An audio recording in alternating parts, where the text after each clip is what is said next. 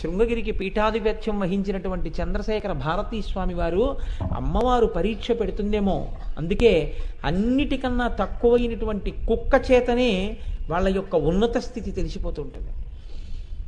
చంద్రశేఖర భారతీ స్వామి వారు పీఠాధిపత్యం వహించిన రోజుల్లో రోజు కుక్క వచ్చేది ఆయన దగ్గరికి.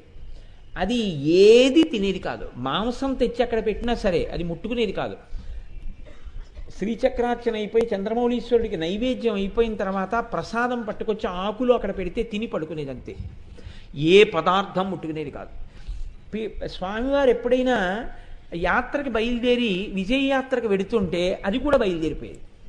బయలుదేరిపోయి అది ఎక్కడ నడిచేదంటే పరివారంతో నడిచేది కాదు, చంద్రశేఖర భారతీ స్వామివారి కూర్చున్న పల్లకి కింద అది నడుస్తుండేది. స్వామివారు ఎక్కడ విడిది చేస్తే అది అక్కడ విడిది చేసేది. స్వామివారు అనుగ్రహ భాషణం చేస్తే దూరంగా అలా కూర్చుని వినేది. అంతా అయిపోయిన తర్వాత ప్రసాదం పెడితే తినేది. ఒక రోజున అది వెళ్ళిపోతుంటే ఓ పిల్లవాడు దాన్ని రాయి పెట్టి కొట్టాడు. కొడితే ఆ కుక్క భౌ అని వాడి మీద దూకింది.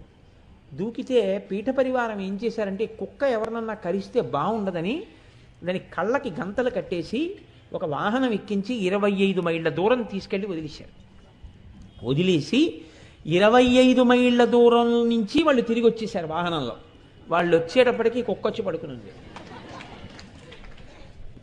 మీరు నమ్మండి నమ్మపోండి, నేను అబద్ధం చెప్పట్లేదు. అటువంటి పీఠముల గురించి అబద్ధాలు చెప్పవలసిన అవసరం నాకు లేదు.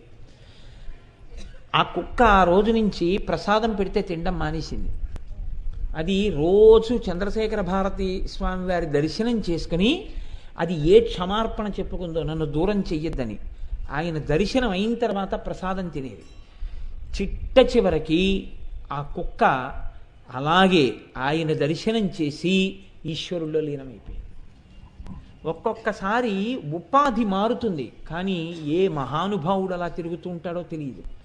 ఇది ఏకాత్మ భావనతో అన్నిట ఉన్నటువంటి ఒక్క వస్తువునే చూస్తూ ఉంటారు.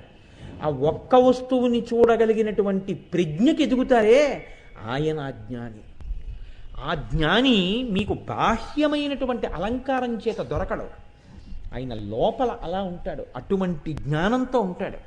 ఆయనకి ఎదుటివారి ఆనందం తన ఆనందం, ఆ స్థాయికి పెరిగి ఉంటారు.